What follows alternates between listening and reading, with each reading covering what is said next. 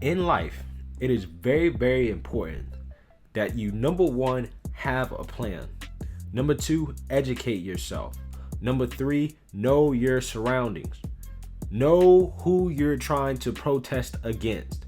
Who is your enemy and who is not your enemy. But before we get into that, my name is Greg Foreman. This is a Black conservative perspective. Please like, comment, and subscribe to my videos. And most importantly, share a Black conservative perspective. Let's get it. All right, so watch this video of protesters antagonizing Senator Rand Paul after the RNC last night. Say her name! Say her name! Say her name! Say her name! Say her name! Y'all can take pictures and all that, but y'all gotta give us some more, please. Thank you, thank you. Thank you, thank you. Move back! Move back! You move the fuck back! Move back! Move back!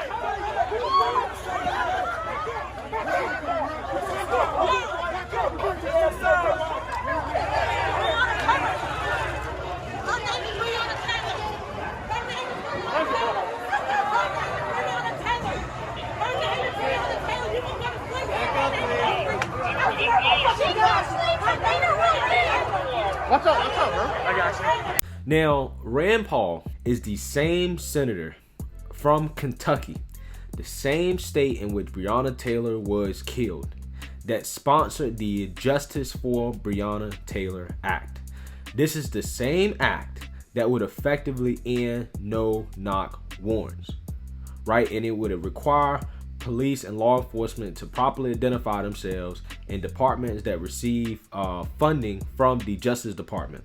Okay, this is a senator who is trying to help you. This is a politician who is trying to help you. When you hear these people and these teams and these corporations talk about Breonna Taylor, I can tell you right now, again, they don't know what they're talking about, right? Anybody who read the case on Breonna Taylor, who understands exactly what happened, yes, we can all acknowledge it was super unfortunate what happened to her. What happened to her in an ideal world should not happen.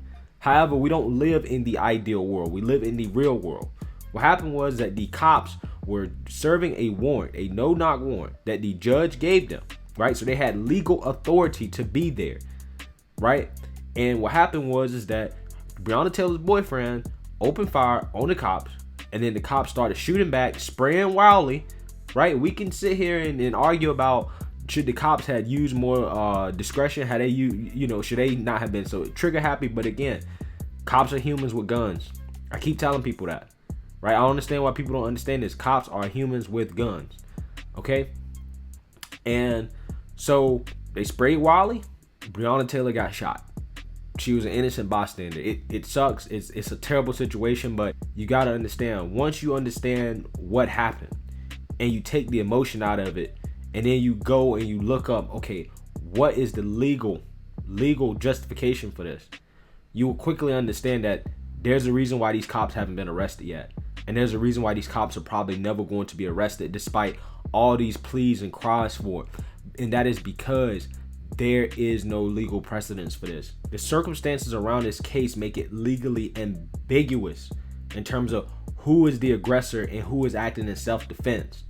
Right? Most states don't allow someone to claim self-defense when you're an aggressor, but also most states say that police acting in their official capacities cannot be aggressors in regards to self-defense. And when something is this legally ambiguous, prosecutors are just not going to touch it. But regardless of that, right? Regardless of that actually, having that conversation with yourself, doing the research, trying to understand the legal justifications for it, that actually takes research effort, right? Like that takes the ability to go and read up on your own and form your own opinion. But that's not what these people are doing. What you have to take a step back and do is you have to say, okay, what can we do to prevent something like this from happening? That's what you have to ask, because at this point, these cops are not going to be arrested. So the next step is to say, how can we prevent another Breonna Taylor? The obvious answer is to take a harsher look at the no-knock warrant, right?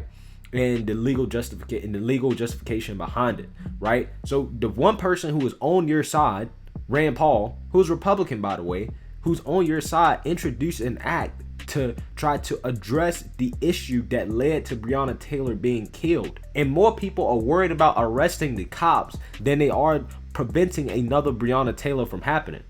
That's the sad part about this whole thing to me, man. It's like, you're not solution oriented, you're revenge oriented. And that is being primarily driven by emotions that are leading you to nowhere. Now you have this senator who was being screamed at, say her name. And if I'm this guy, Rand Paul, I'm sitting here thinking like, bro, I'm working my ass off to try to, get justice for this woman. I'm working my ass off trying to, make sure another Breonna Taylor doesn't happen. But yet you got these people sitting here, threatening me, right? Rand Paul went and said after the event that he felt like he would have been killed if it wasn't for the police. Now tell me, how does that help your situation? You have a politician, you have somebody that you can work with, a Republican that's on your side, that wants to help you, that wants to prevent another of these from happening, that wants to address the systemic racism that you claim that you're trying to fight. How does it help you when you attack that person? And then why is the leadership of these movements not going after these people for going after Rand Paul? Because Rand Paul is not your enemy. He is your friend. He's trying to help you.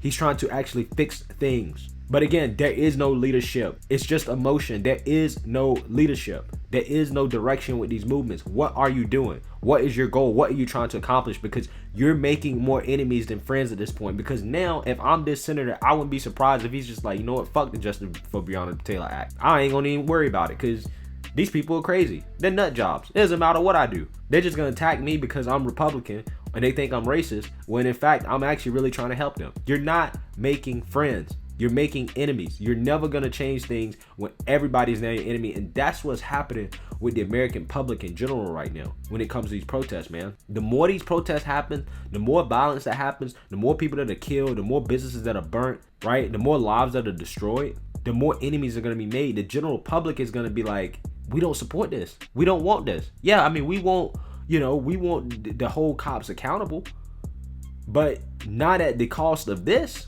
Not at the cost of destroying the country, right? So again, I don't understand what's the end goal. What are you trying to accomplish? Because you're accomplishing nothing. You're actually making enemies. This is somebody that is actually trying to introduce legislation to tackle the so-called systemic racism that you guys are trying to address. So when you have somebody trying to address that, then why are you fighting that person? Why have you not educated yourself? Why are you out in the streets protesting uneducated about the issues? Because if I was out there and I was educated, I'd be like, no, you need to leave Rand Paul alone. He is not the person you should be attacking. He is somebody you should be having a conversation. You should be trying to have a conversation with. He is somebody that you need to be trying to work with to pass this legislation. That's what you really should be doing. But again, like I said, man, I don't know where these protests are going. I don't know where any of this is going. Somebody tell me what the plan is. Somebody tell me what the end goal is, because it seems like to me, this is just going to be endless protests. It's going to be endless violence. It's never going to stop. And we're just going to have to deal with this as the new normal, because you're never going to fix police brutality, and you're really not going to fix it doing this.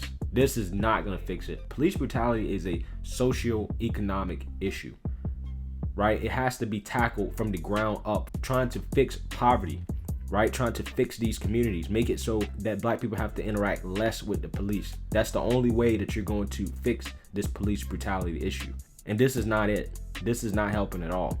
So anyways, let me know what you guys think about these protesters antagonizing Rand Paul. Do you think it's helping them, or do you think that it's hurting them? Let me know in the comment section. Don't forget to subscribe, and most importantly, share a black conservative perspective. Peace.